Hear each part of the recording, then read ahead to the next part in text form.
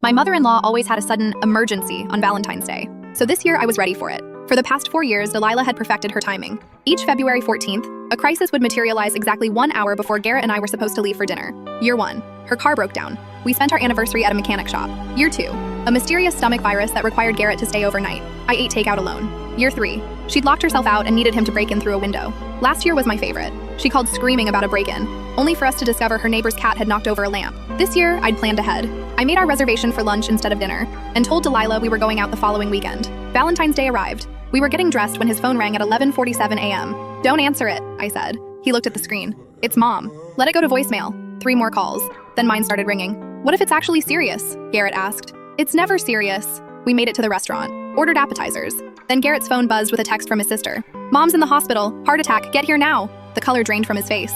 We abandoned our food and drove to County General. His sister Fiona was in the waiting room, scrolling through her phone. Not crying, not panicking, scrolling. "Where is she?" Garrett demanded. Fiona looked up confused. "Who?" "Mom, you texted she had a heart attack."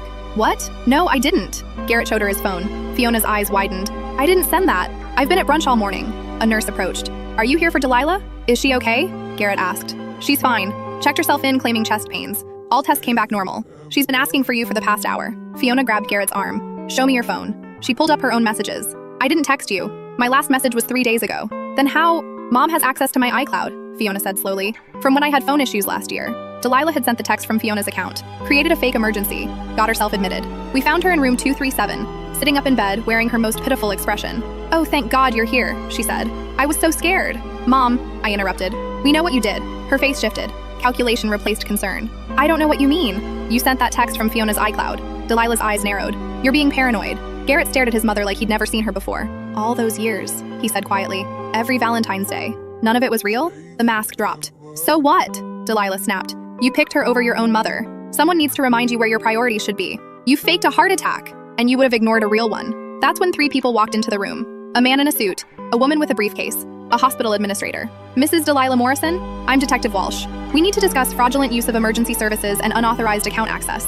Delilah's face went white. The woman opened her briefcase. "I'm representing Fiona, who's pressing charges for identity theft." Garrett looked at me. I looked at Fiona standing in the doorway. She shrugged. "I called them while you were driving, checked my iCloud activity. She's been reading my messages for 8 months. 8 months? Garrett whispered. "How else do you think she knows what Trevor and I are planning?" The detective pulled out handcuffs.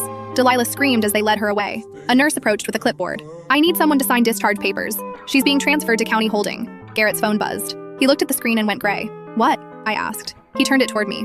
A text from his father, who'd been in Europe. Just landed. Trevor called. "What's happening with Delilah and Fiona? Why do I have 47 missed calls?" I couldn't fit what happens next in this short video. Watch the rest down below.